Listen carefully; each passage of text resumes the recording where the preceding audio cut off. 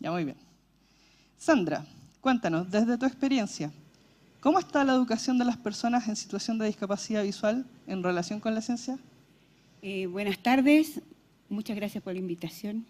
Yo creo que hemos ido avanzando, pero nos falta mucho aún.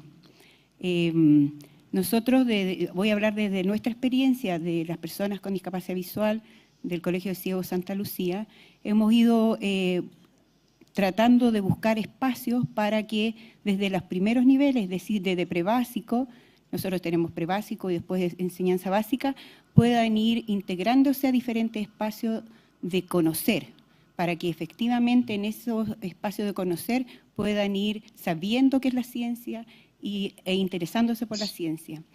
Nosotros creemos, aún siendo una escuela especial para personas ciegas, estamos con una mirada inclusiva. Nosotros estamos preparando a los estudiantes todo el tiempo para cuando ya no estén en el colegio y para que se puedan incluir con todas las herramientas posibles en los colegios regulares. Sabemos que hay una debilidad en el sistema en general, o sea, las ciencias, las matemáticas, no son de conocimiento para ningún estudiante en general y por lo tanto también afecta esto a las personas en situación de discapacidad. Entonces, yo creo que hay que seguir trabajando en el tema. Me preocupa sí lo que empieza a pasar en la enseñanza media. No existe la enseñanza media especial no en discapacidad visual en Chile. Por lo tanto, nuestros estudiantes en algún minuto se tienen que incluir en la educación media. Y ahí existe temor desde los profesores, desconocimiento, yo creo que no es mala voluntad, es más bien desconocimiento, de cómo yo enseño ciencias a los estudiantes ciegos en este caso, que son las personas que nosotros sabemos, y ahí es donde empiezan a haber ciertas dificultades que nos reportan nuestros propios egresados.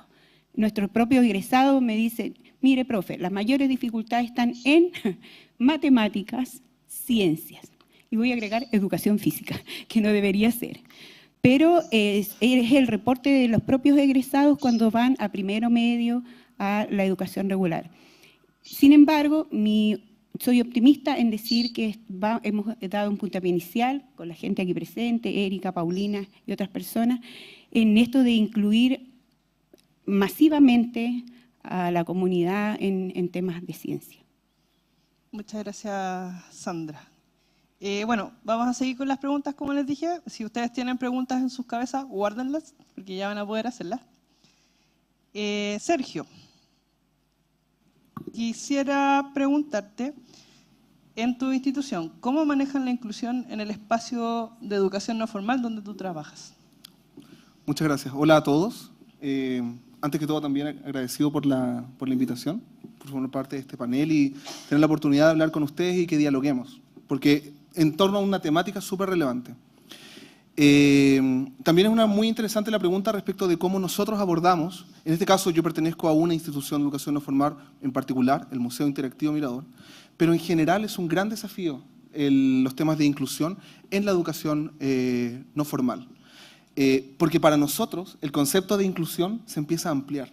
Es bastante, abarca un espectro de posibilidades muy amplio.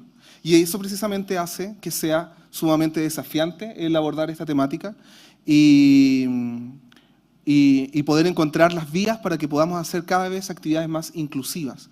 Y aquí me quiero yo detener un poco sobre el término de inclusión. Todas las personas que estamos acá, presentes en este auditorio y fuera de este, en algún momento podemos tener la posibilidad de sentirnos en un ambiente en el cual no seamos o no nos sintamos incluidos, independiente si tengamos o no algún tipo de discapacidad en lo concreto. Y eso a nosotros nos pasa cuando nos ponemos en la posición de nuestro público, lo voy a poner como ejemplo en el museo, pero pasa para cualquier lado, porque nosotros recibimos a personas sin poder tener un sesgo, comillas, desde cualquier edad, desde cualquier condición, y las actividades que hagamos tienen que poder responder a la mayor cantidad de personas posibles.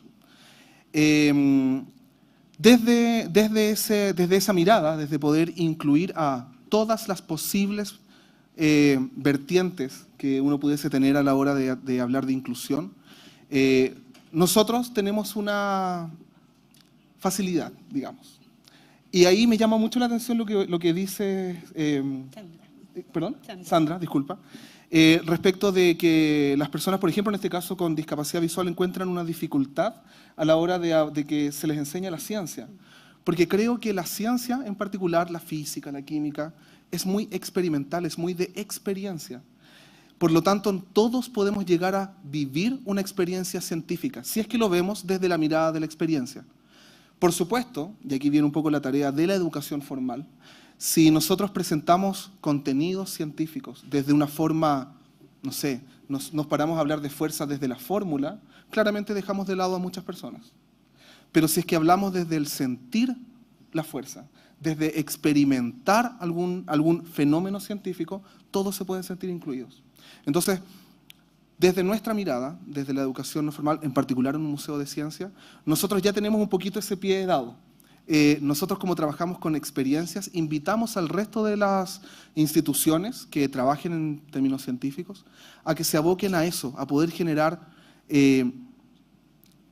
voy a volver a ocupar la palabra, experiencias relacionadas con un contenido, porque eso va a ser de seguro transversal para todos. Eso. Muy bien, muchas gracias. Bueno, vamos a seguir con Juan Carlos Beamín.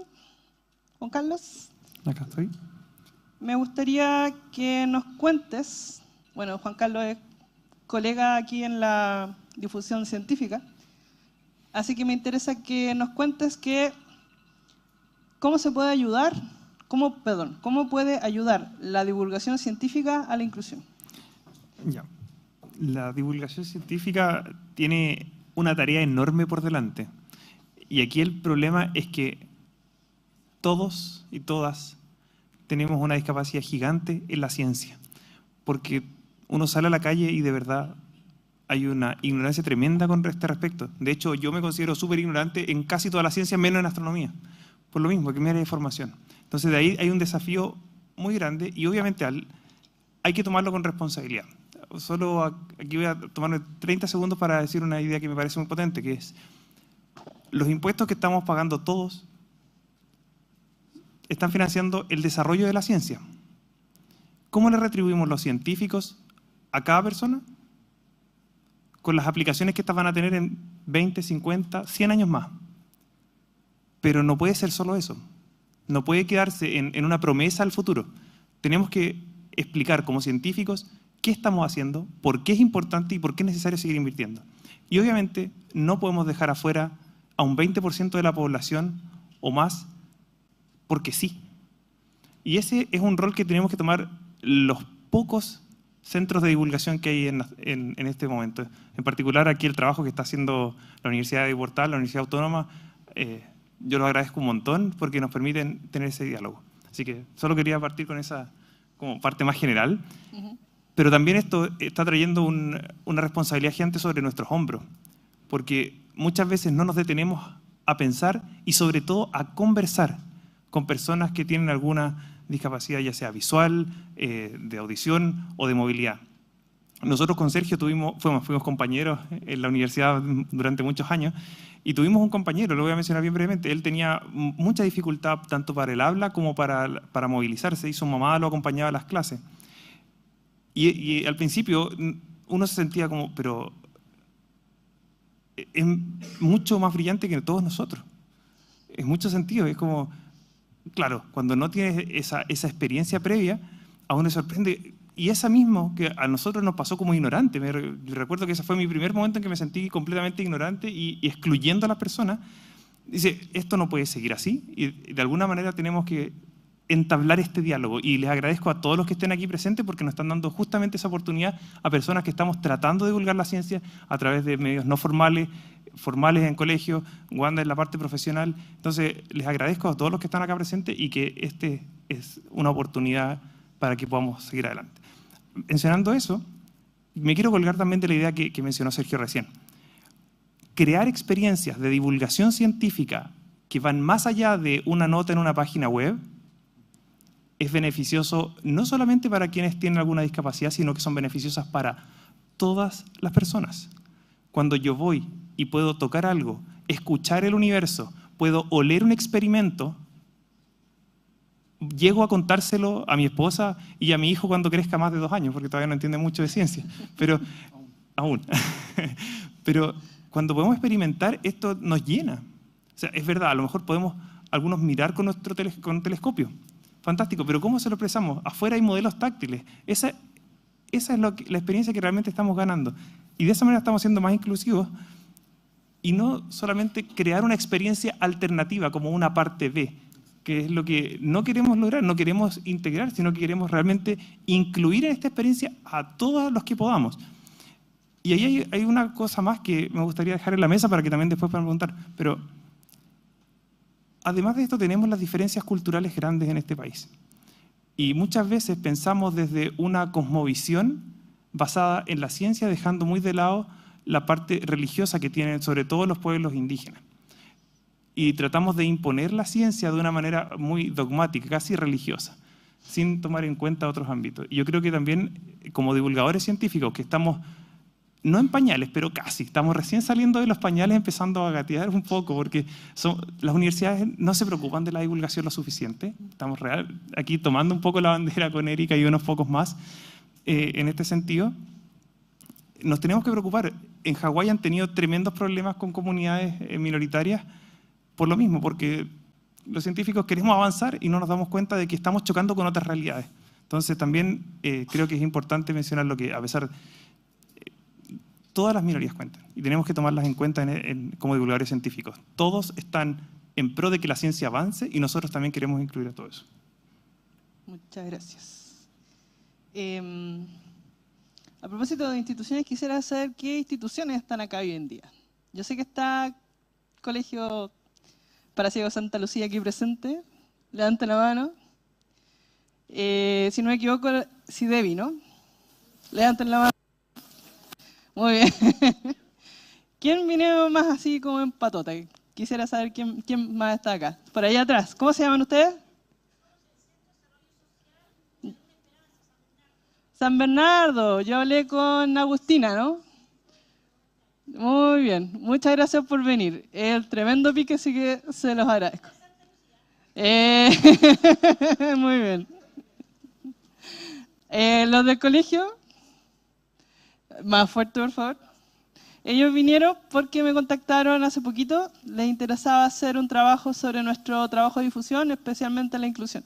Así que no perdí tiempo, los invité a que vinieran y felizmente están acá, así que estoy muy contenta. ¿Alguien más que quiera gritar por su institución? ¿Sí? Ya.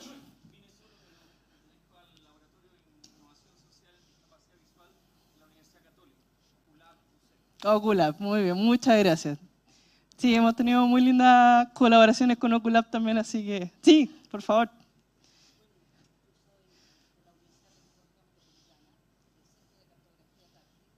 Más de 10 años. No sé si está funcionando. Tenemos más de 24 años trabajando con la discapacidad visual y hacemos los libros para todos los niños ciegos del país. Y hemos trabajado mucho en las imágenes y en eso nos hemos preocupado mucho de las imágenes del universo. Y tenemos muchas láminas que hemos hecho para planetarios, ¿ya? Y cuando las quieran conocer, yo le decía aquí a Erika que podíamos presentarlas, ¿ya? Y que ustedes las conozcan, porque efectivamente nosotros creemos que los ciegos pueden ver estas láminas y las reconocen a través del tacto. Y también hemos trabajado y hemos llevado a personas ciegas a congresos de astronomía que antes iban a los congresos a escuchar. Hoy día los ciegos que están trabajando y estudiando astronomía a través de distintos instrumentos han ido a dar charlas a los congresos. Y eso yo lo encuentro muy relevante y digno de seguir desarrollándolo. Por supuesto. Ya, vamos a conseguirle una mesita acá para que ponga sus láminas allá afuera. Ya, tenemos entonces a nuestra queridísima Wanda en la mesa ya. ¿Está lista Wanda para responder su pregunta? Pregunta. Muy bien. La pregunta para Wanda es: ¿cómo la métrica de productividad incluye a personas con discapacidad? Buenas tardes. La métrica de productividad trata de incluir a las personas, y voy a hablar desde mi experiencia, como hizo Sandra. La métrica de productividad trata de incluir a las personas que viven, las personas con situación de discapacidad. Ha ocurrido un progreso grandísimo en los últimos 25 años. Esto ustedes lo ven a diario. Hay más gente, el índice de pobreza ha disminuido, hay más gente que trabaja, hay más gente que va a la escuela. Por lo tanto, tiene que estar ocurriendo un trabajo de inclusión en esas escuelas para poder contabilizar que hay más gente yendo a esas escuelas. Las comunicaciones han mejorado muchísimo. Se utilizan diferentes modos de percepción para hacer los trabajos. Ya no es tan solo leer enfocándose en el centro del campo visual, pero podemos utilizar nuestras manos, podemos utilizar otros métodos para poder relacionarnos con la información, dependiendo de cómo esa información está siendo desplegada. En esos términos, la ciencia ha contribuido muchísimo a esos avances, la tecnología ha contribuido muchísimo a la mejora en el despliegue de la información multisensorial. Pero de la misma forma, de esa misma forma, la manera en que esa información está siendo desplegada, tal vez, como decían los compañeros, el texto es muy complejo. Si se simplifica el texto y se preserva el contenido, nosotros podemos comunicar la misma cantidad de conocimiento llegando al aspecto profesional sin perder absolutamente nada, simplemente simplificando el conocimiento. Y yo pienso que la persona que realmente entiende lo que está explicando, lo sabe explicar de una manera simple. Esto es muy personal mío, y muchos científicos pueden diferir de lo que yo pienso. Yo no me escondo detrás de términos grandes. Yo lo defino todo, porque no tengo que esconderme, lo puedo explicar todo fácilmente. De esa misma forma, a mí lo que me preocupa es que estos avances que ha traído la tecnología en cuanto a las métricas de productividad, es que nosotros las personas con situación de discapacidad, en los estudios que se han hecho, salimos en los estudios como personas que somos muy leales al trabajo, como personas de alta ejecutoria. En inglés sería performance, perdónenme, yo vivo en Sudáfrica y estoy traduciendo al español. Se dice ejecutoria, desempeño, alto desempeño. Pero existe en esta época de desarrollo tecnológico, existe algo que son los empleos a corto plazo, los contratos irregulares, que entonces someten a la persona. Nosotros se nos clasifica como ¿han escuchado la palabra presentismo? Y es que trabajamos. Yo soy una que estoy todo el tiempo trabajando. Esto afecta la calidad de la vida de la gente. El estar sometido, el no poder, como dice Sandra, el verme limitada a adquirir unas destrezas, tener que competir con personas y tenemos que cumplir con una métrica de productividad. Yo trabajo mucho para poder cumplir con una métrica de productividad y me siento orgullosa de eso. Pero la competencia no es justa.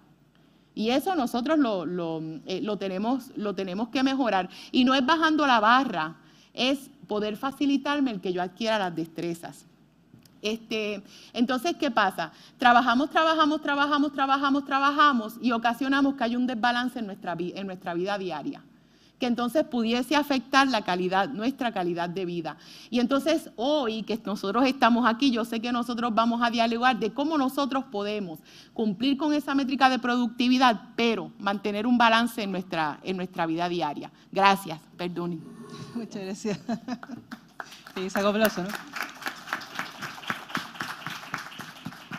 Bueno, vamos entonces con la quinta miembro de nuestro panel. Pala, ¿estás ahí? ¿Me estás escuchando? Sí. Sí, muy bien, perfecto.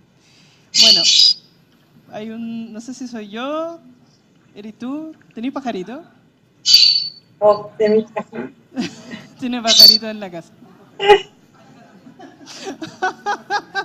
Son tus pajaritos. Ya, dile a tu pajarito que después vienen las preguntas. Ya, la pregunta para Paula son: ¿cuáles son tus consejos para enfrentar una sociedad en transición a la inclusión? A ver, según mi experiencia, yo creo que, a ver, estoy en total acuerdo con lo que dice Wanda.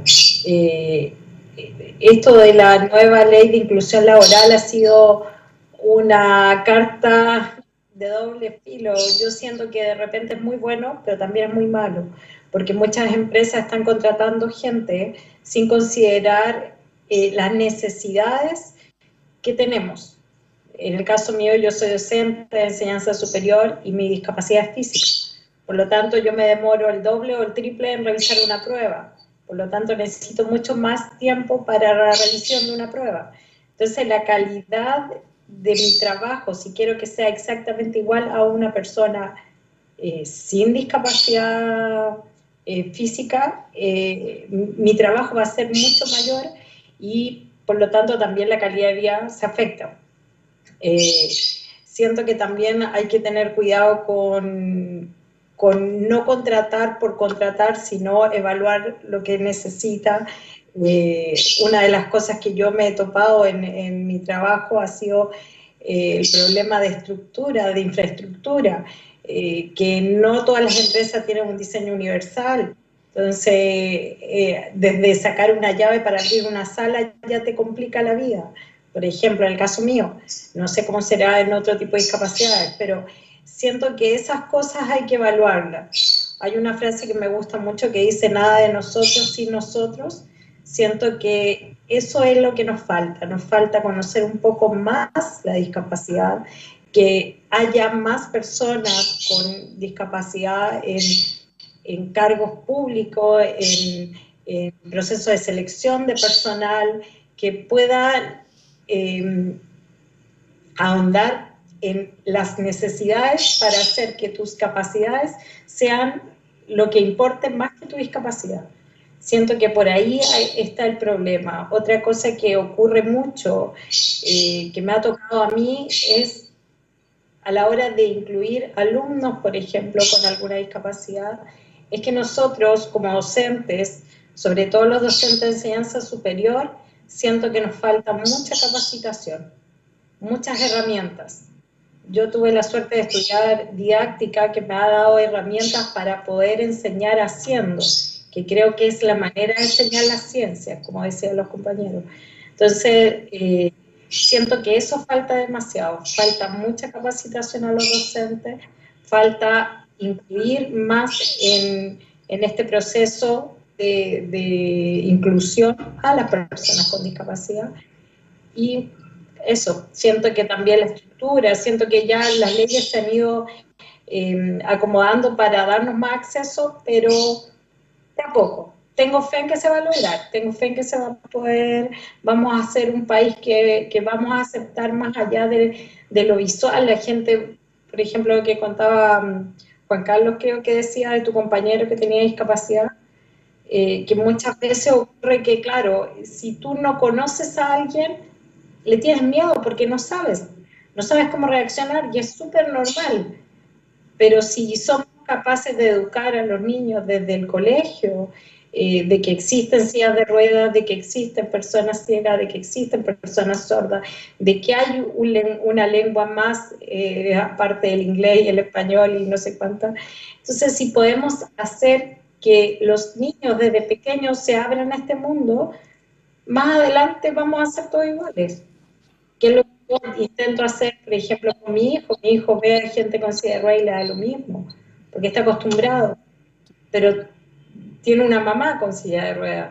Entonces, es ideal que las personas que no tienen vínculos con personas con discapacidad, tratar de acercarse, tratar de mostrar, no decir, oye, no mires a esa persona porque se siente mal. Mentira, no se siente mal. Necesito que los miren, que nos miren, que se den cuenta que estamos, que somos parte. Eso. Muchas gracias, Pablo.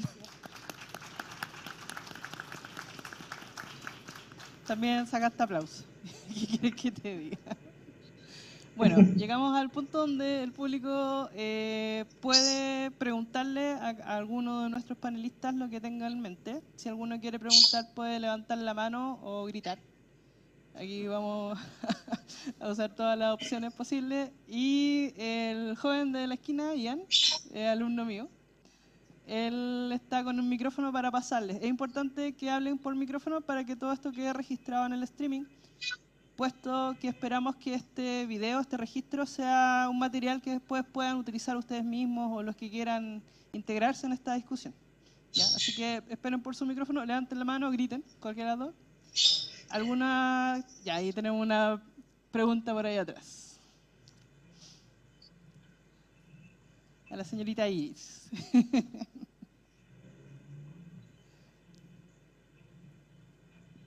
Primero doy gracias a mis amigos, sus papás, de estar acá.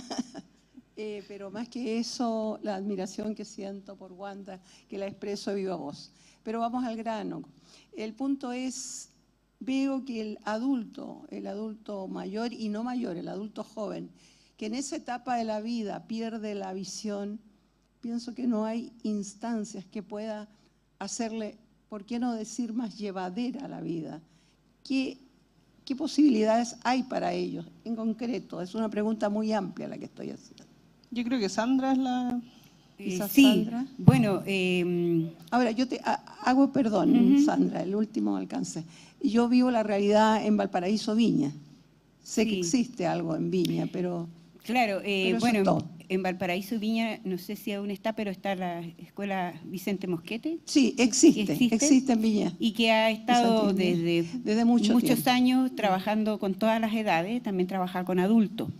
Y en Santiago también está nuestro colegio que trabaja con adultos, que hay un área de orientación y capacitación laboral y que atiende a las personas una vez que ellos han perdido la visión en su edad joven adulta, para hacer lo que es la rehabilitación funcional y también capacitación laboral, en nuestro caso en oficios, ¿no?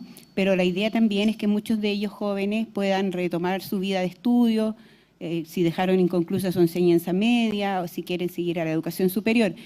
Es cierto lo que usted dice, que en las ciudades hay eso, y en Valparaíso, Santiago, Concepción, y sería, no sé si hay, parece en Valdivia, y yo creo que ahí el desafío es que efectivamente en este largo país hubiera una instancia que pudiera atender estas necesidades en todas las grandes ciudades, por lo menos, para que no sea tan difícil. Nosotros en este minuto tenemos adultos de Coyhaique, porque no tenemos la posibilidad de una residencia, y hay 2 estudiantes que son de Coyhaique, hay otro que es de Curicó y hay otro que es de Los Ángeles, y en fin. Porque no hay en esos espacios lugar para la rehabilitación que ellos necesitan. Gracias, Sam. Por acá hay otra pregunta.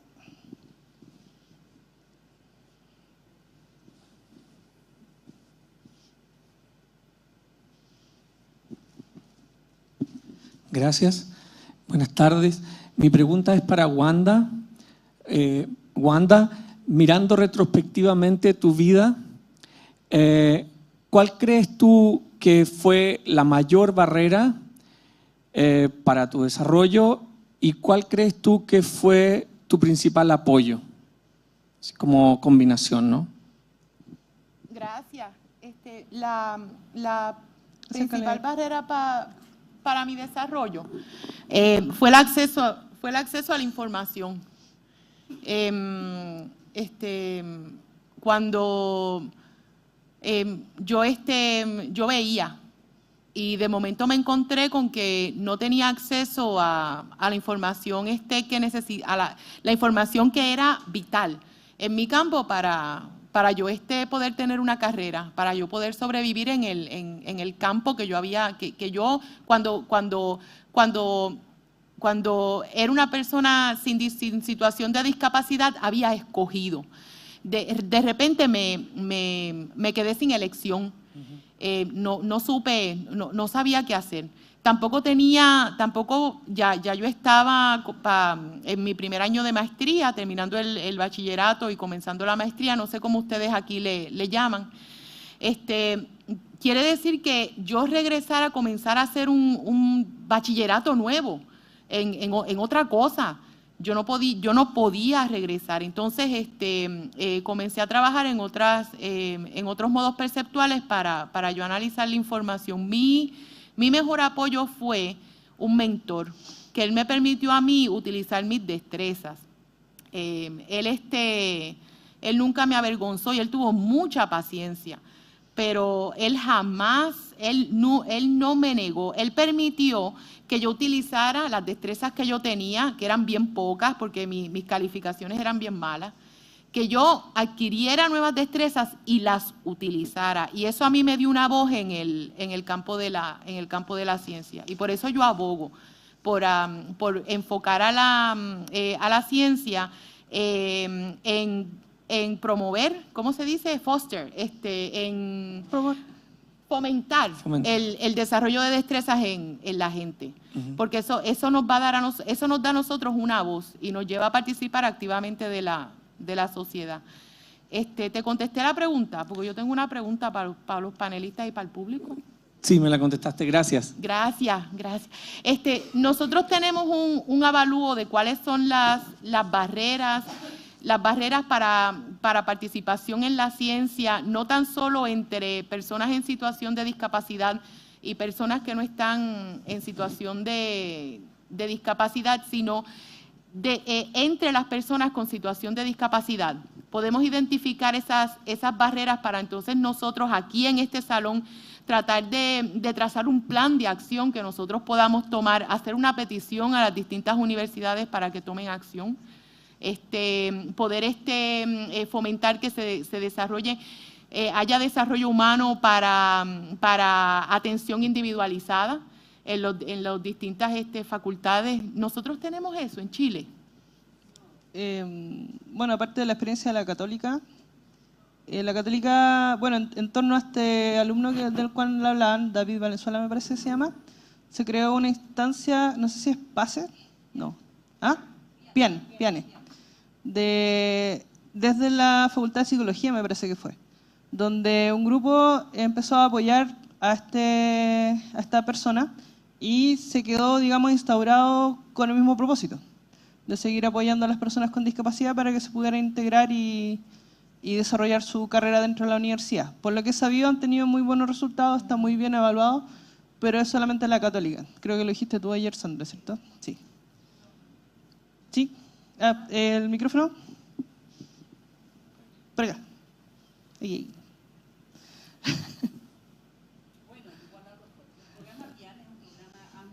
Pero para que escuchen, pero también las chicas que están haciendo la interpretación. Ahora sí. Bueno, hoy día las políticas en las universidades se han ampliado. Yo vengo de la Universidad Tecnológica Metropolitana. El PIAN efectivamente es un programa que va directo en apoyo a los estudiantes. Ya hay varias universidades que lo están haciendo. Incluso hoy día, este año, se generó una mesa de inclusión y diversidad y multiculturalidad de todas las universidades públicas, en los cuales igual deberían estar empezando a trabajar, con la idea de fomentar no tan solo la participación o los ingresos de las personas con discapacidad, sino que efectivamente su permanencia y egreso. Porque eso es un problema fuerte. Es decir, muchos chicos están llegando a las universidades, pero no están logrando terminar. Y junto con ello, en el mismo programa donde yo participo, que es el CECAT, estamos preparando materiales para los chicos en la educación superior. Y uno es, para la carrera de psicología, trabajamos el test de Rorschach.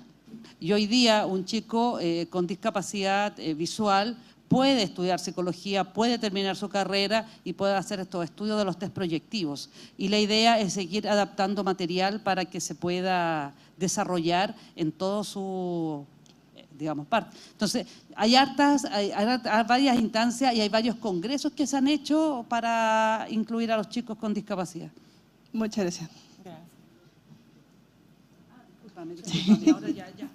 Ahí sí. Bueno, aquí hay más preguntas. Les recuerdo a todos los que están presentes que esta instancia es una conversación, ¿ya? Entonces, de verdad queremos acercarnos entre todos nosotros. Como decía Juan Carlos al principio, uno desde la ciencia, yo soy astrónoma, llega sumamente ignorante a tratar de hacer una actividad con modelos táctiles para personas con discapacidad visual, que fue lo que hice yo. Y se da cuenta que en realidad hay tanto que hacer y personalmente debo decir es algo muy motivante, ¿ya? No, yo no lo entiendo como un favor, en absoluto. Para mí es una fortuna poder estar haciendo lo que estamos haciendo, que haya más gente interesada, como Carla y Pamela que están ahí atrás y que luego les va a mostrar su trabajo, ellas son increíbles. Entonces, estamos con todo el ánimo y la voluntad de saber más. Todo lo que ustedes nos quieran decir, que tengan relación con las expectativas que ustedes tengan sobre la ciencia, en todo nivel, ya sea aprenderla desde básica, estudiar ciencia, trabajar como científico, todo lo que podamos conversar hoy día va a ser valioso para nosotros. Así que no se restringen. Díganlo lo que quieran decir, estamos en un ambiente de suma confianza y, como les decía al principio, espero que esto sea el inicio de algo bueno. Así que están acá, están en el momento, vayan, jueguen, participen. Bueno, ahora sí, sigamos, por favor. Carla tenía una pregunta. Sí, o sea, no es una pregunta en realidad, es como con el mismo objetivo de la pregunta de Wanda. Soy Carla, todo esto, de la Universidad de Concepción. Allá también hay una institución que ayuda a los estudiantes discapacitados visuales, apoyándolos en material, a los profesores también que les hacen clases específicamente en la área de ciencias sociales. Solamente han tenido estudiantes de esa área, no en otras facultades ni nada. Y nosotras que tenemos el proyecto de Edoscopio, de tener charlas o actividades táctiles hasta el momento, nos hemos apoyado mucho en ellos. Nos han dado consejos, nos han ayudado con el material, qué tipo de sensaciones utilizar y cómo utilizarlas también. Pues, como decía también Erika, como astrónomas no tenemos idea de este nuevo mundo que se nos está abriendo para poder llegar a todos también. Así que sí, todos los consejos que nos puedan dar son súper bien recibidos. Muchas gracias. Aquí hay una intervención también. Ya que Erika dio permiso para hablar. Por favor. Nosotros desde el Oculab UC hemos tenido la experiencia de trabajar mucho con distintas fundaciones. Nosotros básicamente no hacemos cosas, nosotros intentamos crear redes. Y respecto de la pregunta que hacía Wanda de la realidad en Chile, la profesora del UTEM ya mencionó un tema que es muy importante. Y es que a pesar de que nosotros tenemos unas entradas a las universidades, en el caso de la Universidad Católica, en el caso específico de la discapacidad visual, aproximadamente el promedio que se mantiene en la universidad de alumnos con discapacidad visual son 60 en ronda, digamos, en pregrado y posgrado. Es bastante alto. Pero el punto, y aquí yo creo que viene el desafío para el resto de las instituciones, es que vamos a tener que cambiar una noción, porque las instituciones como las universidades sabemos enseñar, pero no sabemos aprender. Y, por ejemplo, una de las cosas que tú mencionabas cuando decías que tu profesor te permitió descubrir tus nuevas capacidades, en la universidad uno no estudia cálculo. Uno estudia cálculo en 4 meses, por ejemplo. Y la universidad te reprueba si tú en 4 meses no aprendes cálculo. No es solo aprender cálculo, es aprender cálculo en 4 meses. Entonces la pregunta es, ¿la universidad está dispuesta a que tú aprendas el curso Cálculo 1 en 1 año, por ejemplo? Ahí podríamos empezar a pensar, porque si tú vas a dejar entrar a la gente a la universidad para después decirle en su cara que no fue capaz de cumplir con el exitismo de la relación entre contenido versus tiempo y versus esa palabra horrorosa que se llama excelencia académica, que yo la detesto, porque ese es el principio de la segregación. La idea de que existe una excelencia académica y no de que estamos trabajando con personas y que no es un sistema de producción, sino que es un sistema, como dijiste tú, de construcción colectiva. Y como académicos nosotros debiéramos preguntarnos si acaso no soy yo el que hice mal el trabajo si mi alumno no es capaz de aprender. Entonces, si tú te das cuenta, es todo el modelo de la formación escolar y universitaria el que tendría que transformarse para que fuéramos capaces de preocuparnos de aprender y no preocuparnos de aprender en 4 meses, y si no aprobaste en 4 meses, repruebas el semestre, y si repruebas 2 semestres, te echo porque no sirves. Porque la pregunta también es esta. La profesora de la UTEM dice, estamos dejando entrar alumnos, pero solo egresa el 9,1% de todo el alumnado con discapacidad que entra a la universidad. Entonces, estamos, en un cierto sentido, perdiendo muchas cosas y por sobre todo, perdiendo interés, porque ¿para qué van a querer las personas venir si al 89,9% les vamos a rechazar al segundo año? Eso es lo que quería comentar. Muchas gracias. Gracias. Ganó aplauso también.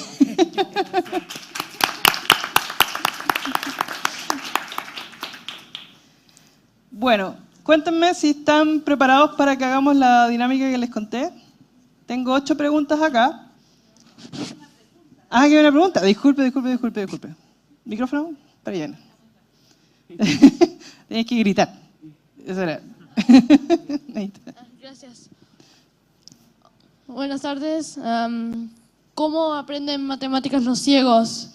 ¿Cómo les enseñan los números, multiplicar, dividir, sumar, restar, etcétera, etcétera?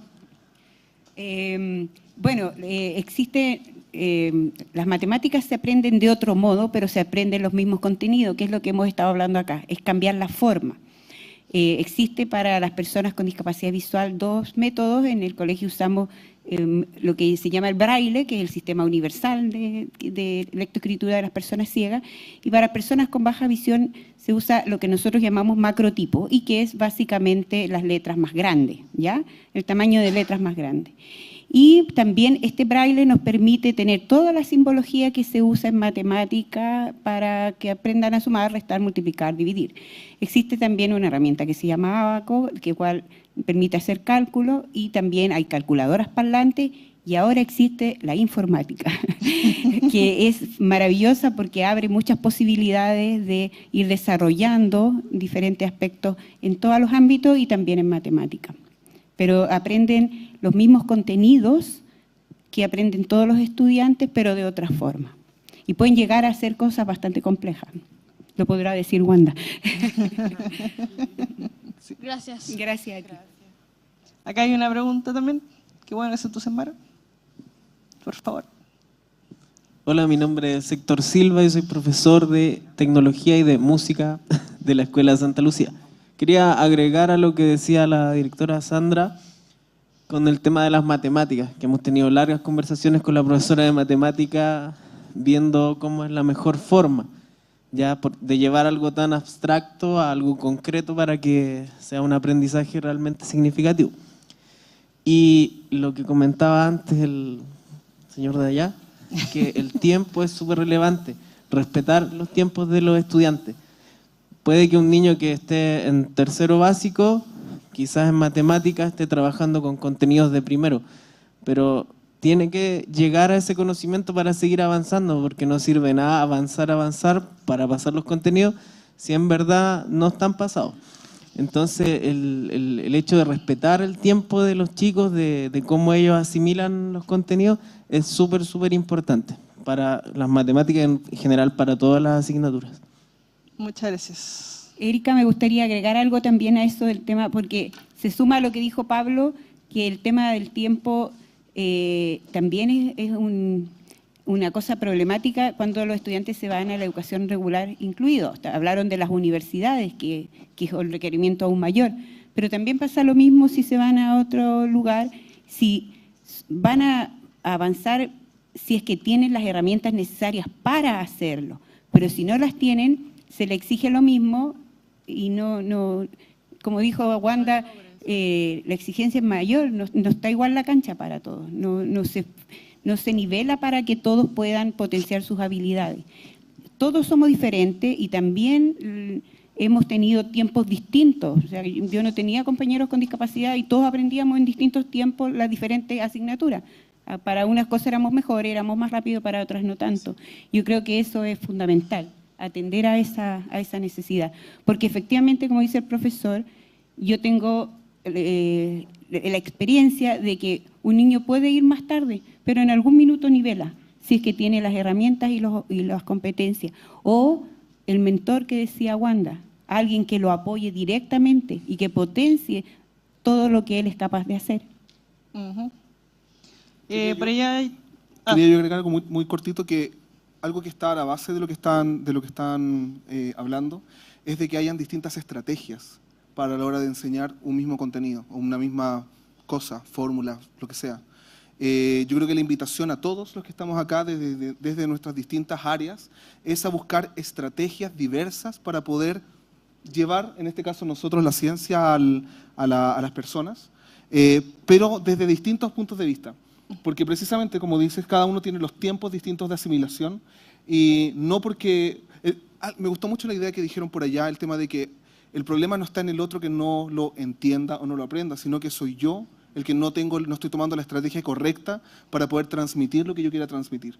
Entonces yo creo que ahí la clave está en buscar diversidad de formas para poder llegar a explicar algo. Muy bien, muchas gracias. ¿Oh? Sí. Buenas tardes. Realmente agradezco haber sido invitado a esta reunión porque es algo que siempre es importante. Yo tuve la experiencia de tener un alumno en la Universidad de Talca que tenía bastante dificultad y me sorprendió, y lo quiero decir porque de eso se trata un poco lo que voy a hablar. Hice una prueba. Esta persona no podía escribir, tenía ese problema que no puede movilizar bien sus manos, sus brazos. Pero aún así estaba estudiando la carrera de contador auditor. Y total que yo especialmente le hice una prueba con alternativa, porque él escribía con un lápiz puesto en la boca, en un computador. Y pensando que me respondiera sí o no, nomás en las preguntas, nada más. Pero este alumno, que me hizo sentir muy especial, se dio la maña de no solamente responderme sí o no, sino que agregó todo su argumento. Y eso me demostró, una vez más, que los así llamados discapacitados, como que desarrollan mucho más capacidades que los capacitados. Yo hago clase, he hecho clase en muchas universidades y la verdad es que mirando a algunos de mis alumnos, definitivamente no tienen porte para alcanzar el porte de algunos llamados discapacitados, ¿ya? Entonces, por ese lado quería destacarlo. Lo segundo, quería comentar que ustedes están hablando de dos temas muy importantes, pero que se están saliendo un poco de su propio tema, digamos. El tema de la educación en Chile es complejísimo. Está mal entendido la educación, o sea, la educación en enseñanza superior se da normalmente por gente con experiencia, pero no con gente con capacidad pedagógica, ¿ya? Tenemos el caso típico de las clases que dan los doctores. No. Los doctores en general. Discúlpenme los doctores acá presentes, hablo de toda la ciencia, pero normalmente un doctor está orientado a la investigación. Lo que menos le interesa es hacerle clase a un curso de pregrado, ni detenerse a explicarle algunas materias. Lo otro es típico, el lenguaje que usamos técnico. Yo me recuerdo, siempre me han gustado las matemáticas. Una vez le hice una pregunta a un profesor de matemáticas, tradujo mi pregunta práctica en lenguaje matemático y me la respondió en lenguaje matemático. O sea, como si yo le hago una pregunta en castellano, la traduce al chino y me responde en chino. Y eso es lo que nos falta, ¿ya? El tema que ustedes están hablando no es un tema solamente de los discapacitados, es un tema de toda la enseñanza. Usar un lenguaje especial para enseñar, no hablar de forma técnica. Mucha gente a veces de repente habla en forma técnica como para generar la diferencia, pero es una tontera. Yo hago uso de mi familia, normalmente doy experiencia de mi familia, de todo lo que me pasa, cosa de acercarme a los muchachos que están escuchando, ¿ya?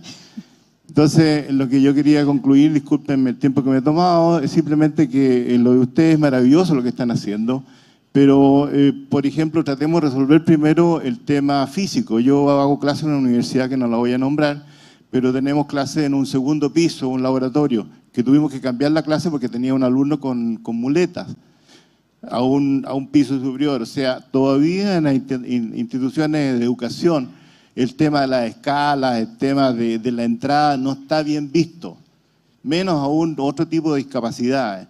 Entonces, hagamos un plan gradual para que no nos compliquemos mucho con cosas que, como digo, afectan a toda la educación y vayamos resolviendo esos problemas. O sea, ya definitivamente no hay una universidad en Chile que no tenga una adecuación para apoyar a la gente discapacitada, ¿ya?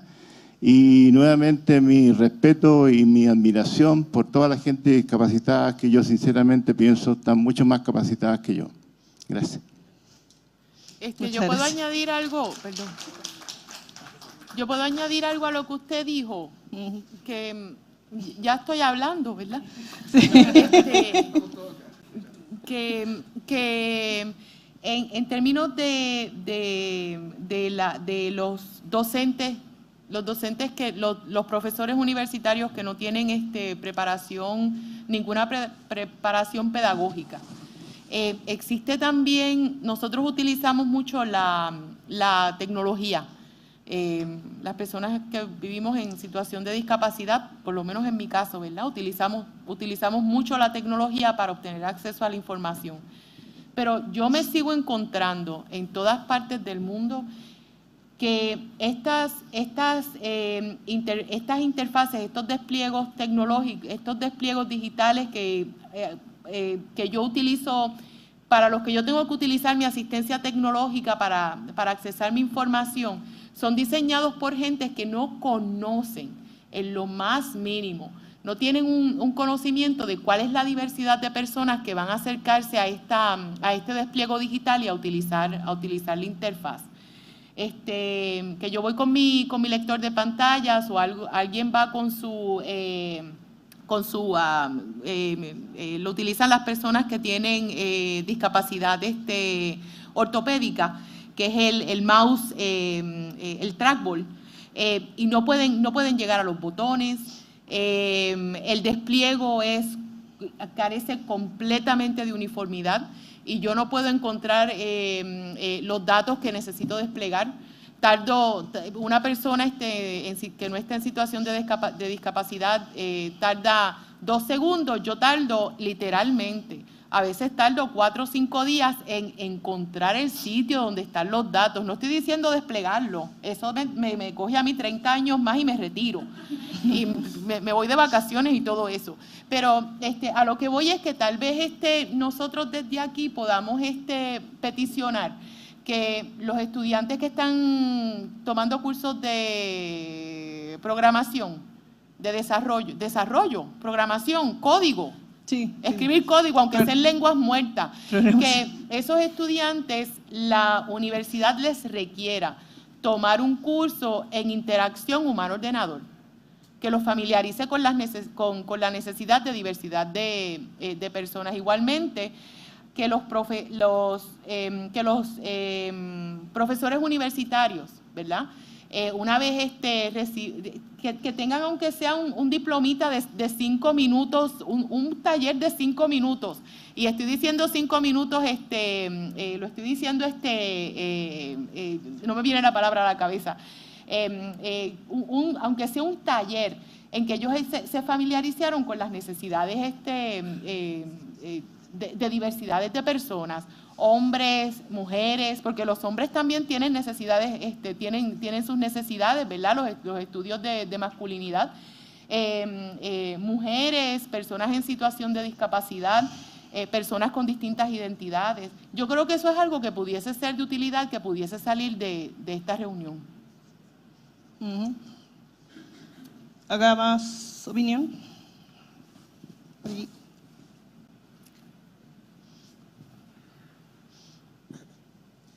Bueno, creo que Wanda ha dado en el clavo o me leyó la mente, no sé. Siento que lo que dijo es súper importante. ¿Por qué?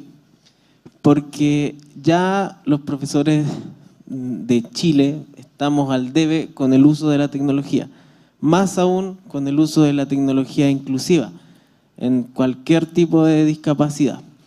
Entonces, ¿qué pasa? Los niños, desde su formación inicial, no tienen profesores que les faciliten aprender esto, porque los profesores no saben. Tampoco las universidades tienen en su malla tiflotecnología o tecnología accesible o lengua de señas.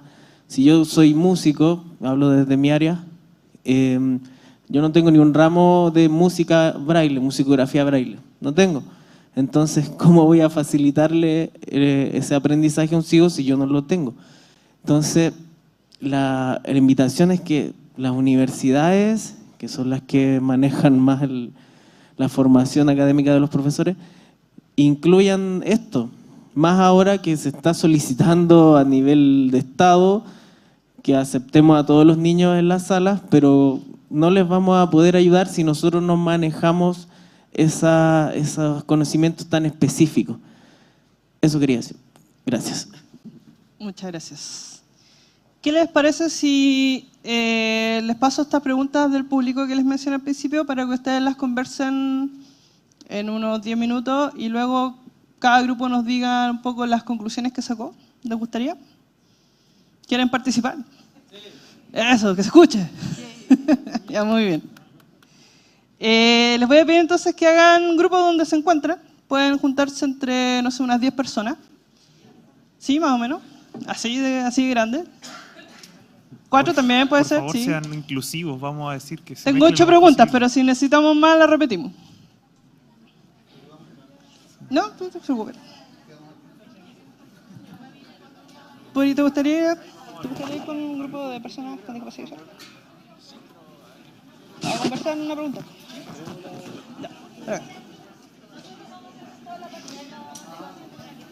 Ya, yo les traigo